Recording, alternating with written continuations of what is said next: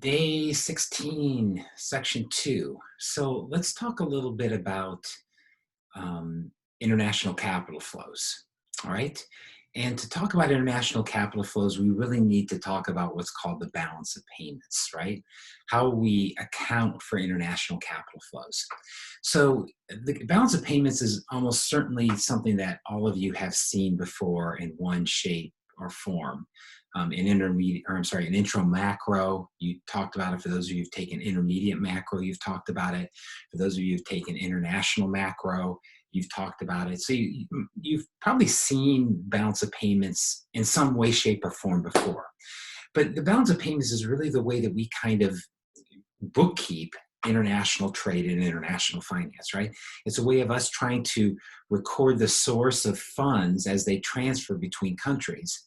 And the reason we're going to talk about this is it helps us understand how things like trade deficits and capital flows are related. So let's talk about the balance of payments. If I can find it here. Oops, wrong one. Sorry. For some reason, I have a hard time getting this.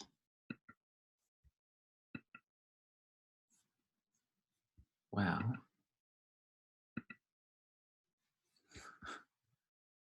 this is really weird. Here we go. All right. So here's the international. So here's our balance of payments. Sorry. So as I said, it's the bookkeeping of the international trade. So in our balance of payments, anything that is a source of funds to the U.S. would be a positive in the U.S. balance of payments, but it would be a negative in another country's balance of payments. And anything that is a use of funds to the U.S. would be a negative in the U.S. balance of payments, or a positive for another country's balance of payments, right? So source of funds is positive, use of funds is negative. Every transaction really falls into one of three categories: the current account, the capital account, or the change in international reserves, okay? And as we're going to talk about here in a moment, it has to be true that when you add up these three accounts, they all add up to zero, okay? Let's talk about what these accounts are. So every international transaction is either a source of funds for the US or a use of funds. Transactions that involve trades in goods and services are included in the current account, which we'll call CA, current account. Anything that is a source of funds for the US is a positive. So this would largely be things like exports would be a source of funds. When we sell goods abroad, we get paid for that. Imports, on the flip side, are largely a use of funds. All right, I shouldn't say largely, they are a use of funds. So you can think about the current account as primarily just the trade balance, X minus M. So the current account is very similar to the trade balance. In reality, it's a little different from the trade balance for some technical reasons, but we're not going to get into that, right? We can just kind of assume that the current account is essentially the same thing as the trade balance. So countries that have exports greater than imports have a positive in their current account. Countries that have exports less than imports, in other words, they run a trade deficit, have a negative in their current account. The second account is the capital account, KA. These are transactions that involve trade in assets, financial assets and financial capital. So once again, anything that is a source of funds for the US would be a positive. So when a foreigner buys a US asset, that is a positive in the US balance of payments. It's a positive in the capital account. Whenever a foreigner buys a US asset, that's a positive in our capital account. Whenever a US citizen buys a foreign asset, such as, you know, if you or me would go out and buy a share of Sony stock, that would actually be a negative in the US capital account, right? A negative in the US capital account. So for countries that have a positive in the capital account, that means that they buy more foreign assets than we sell to foreigners, right? They are a net lender. A positive in the capital account means you are a net lender. A negative in the negative in the capital account means that you are a net borrower. We're selling more assets than buying from abroad. And then the third part of the balance of payments is the change in government international reserves, right? It's not just individuals that buy and sell foreign assets, it's central banks, right? And governments do this. And so really this is government purchases, largely central banks. So if a central bank buys dollar assets, let's say the European Central Bank buys dollar assets, this is a positive in the US government international reserves account, right? When a foreign central bank buys dollars, that's a source of funds for the US. When the Fed buys foreign reserves, that would be a use of funds for the US balance of payments, a use of funds, a negative in the government international reserves account. Now, to go back to understand this, it has to be true that these three things equal zero. Why? Because basically we're saying is that you can't buy more than you sell without paying for it, right? So this is, all this account is saying is that if you buy more than you sell, you have to pay for it, either through borrowing in the capital account or having government change their reserve or their asset position, right? So think about this here for the United States. We know that the US has a trade deficit. We have larger imports than we have exports. That means a negative in our current account. What does that mean? That means that we have to either have a capital account surplus, meaning we have to borrow from foreign countries, we have to sell them more assets than they buy from us, or we have to have foreign governments buying our dollar assets, right? That's the only way that we pay for a trade deficit, is we have to have either individuals buying our assets or governments buying our assets. For most countries, running a current account deficit is a problem because it's hard to get foreigners to buy a ton of your assets. And other central banks may not want to buy a lot of your assets. But for the US, we have a big advantage over other countries because the dollar is essentially an international currency. A vast majority of international transactions take place in dollars, even if the US has nothing to do with it. So what this means is that a lot of individuals and a lot of central banks want to hold dollars. What does this mean? It means that it's very easy for the US to attract a lot of capital inflows, that our capital account is positive. We are net borrower, and largely in part because so many people want to borrow from us, or I'm sorry, so many people want to lend to us by buying our assets. It also means that other governments, particularly other central banks, want to hold a lot of dollar assets. So in other words, it's very easy for the US to run a government international reserves account greater than zero and to run a capital account greater than zero. That essentially is the way that we pay for our current account deficit. Most countries could not run as big or as a consistent a current account deficit as the US does. Because most countries, their financial systems and their currency is not nearly as attractive as the US financial system and the US currency. All right, so let's think about here to kind of maybe make this a little bit more clear. Let's think about the relationship between the US and China.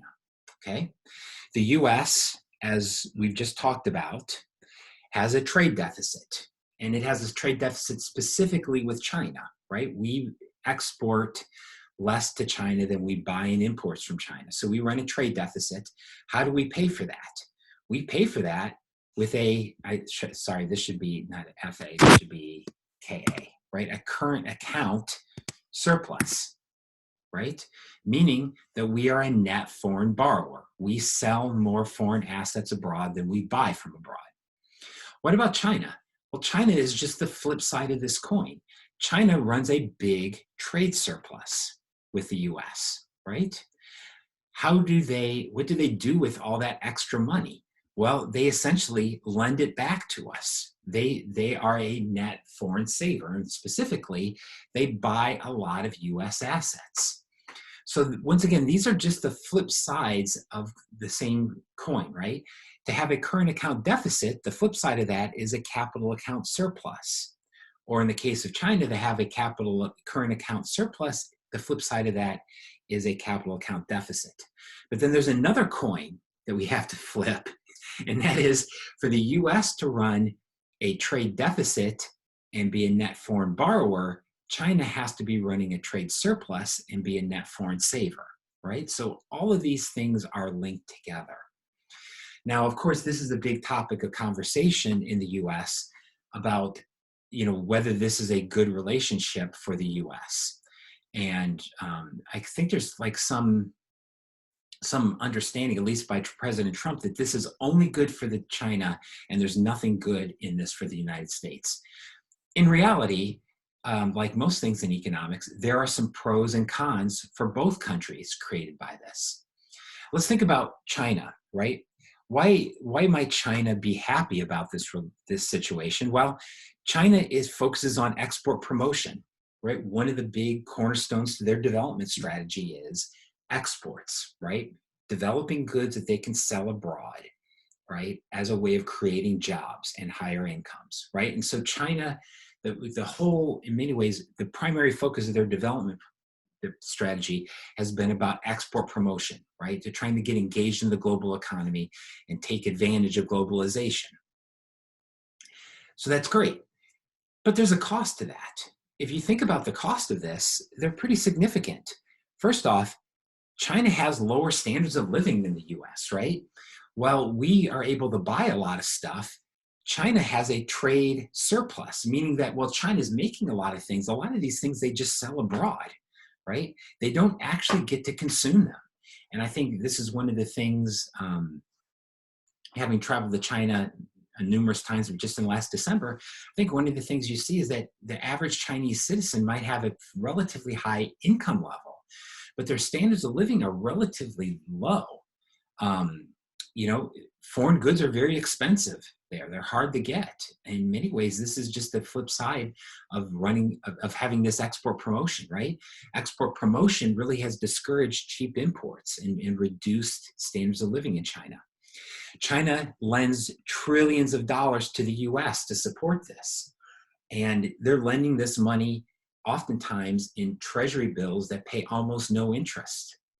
And so it's weird that we have a poor country lending to a rich country, but that's essentially what we have. And the rich country is hardly paying any interest on it because of the way that this situation is. On the flip side, because China lends so much money abroad, as we're going to talk about tomorrow, it's actually very costly and very difficult for most Chinese citizens to borrow money. This also keeps standards of living low, and it really hurts small businesses. So this has some pros for China, but it definitely has some costs. For the US, you can kind of think about the flip side of this. For the US, we get some good things out of this, right? Despite what Trump says. We get to consume a lot, right? A trade surplus means we get to consume a lot. And it also means that we get to borrow very cheaply, right? One of the reasons interest rates are so low is that China lends a lot of money to us, right? That we have all these capital inflows coming into China. But of course, the reason to be worried about this is that this is a drag on employment and growth, right? Having these consistent trade deficits, it does undoubtedly reduce employment growth and probably reduces economic growth to some extent. And it also leaves us with a lot of debt, right? One of the reasons we have a $20 trillion government debt is because it's so easy for our government to borrow. If it was harder and more expensive for the government to borrow, they might actually borrow less than they do right now, possibly. So, like most things in economics, right? Like most things in economics, there's costs and benefits here. I think if you talk to most economists, they would not say that this is unambiguously good for the US or unambiguously bad. I do think, though, that most economists worry that we should have a better balanced relationship with China, right? So in other words, running a trade deficit with China is okay, but maybe not of the size that we are doing right now. And quite honestly, the way we do that is not to punish China with a trade war, But the way we do that is to save more for ourselves. If we ran a smaller capital account surplus, meaning we borrowed less from abroad because we saved more at home, that would reduce the trade deficit, right? So as we talked about in lecture in the last day, just imposing a tariff on imports is only going to reduce the amount of imports, but also reduce the amount of exports. So it's going to not change the trade balance. It's just going to reduce the overall level of trade. And so the more effective way of reducing your trade deficit, right, or improving your trade balance is actually to borrow less and save more, right, to try to reduce your capital account. But that's something that the US doesn't want to do, because that means that we'd have to stop spending and stop saving. So I think many economists would like to see this relationship with China in better balance, but most economists don't necessarily blame China for this. We blame the United States. We blame US policy for this, right? The fact that the government, even before this pandemic, was running very big deficits, and the fact that US consumers probably need to save more, right? This is more of a us problem than it is a them problem, right? I think that's how most economists feel about this. So if the US was really serious about reducing its trade deficit, it would get more serious about borrowing less money and trying to reduce its capital account surplus. All right, let's talk a little bit about how central banks can manage their exchange rates and how that impacts the balance of payments. So we'll come back with that in a moment.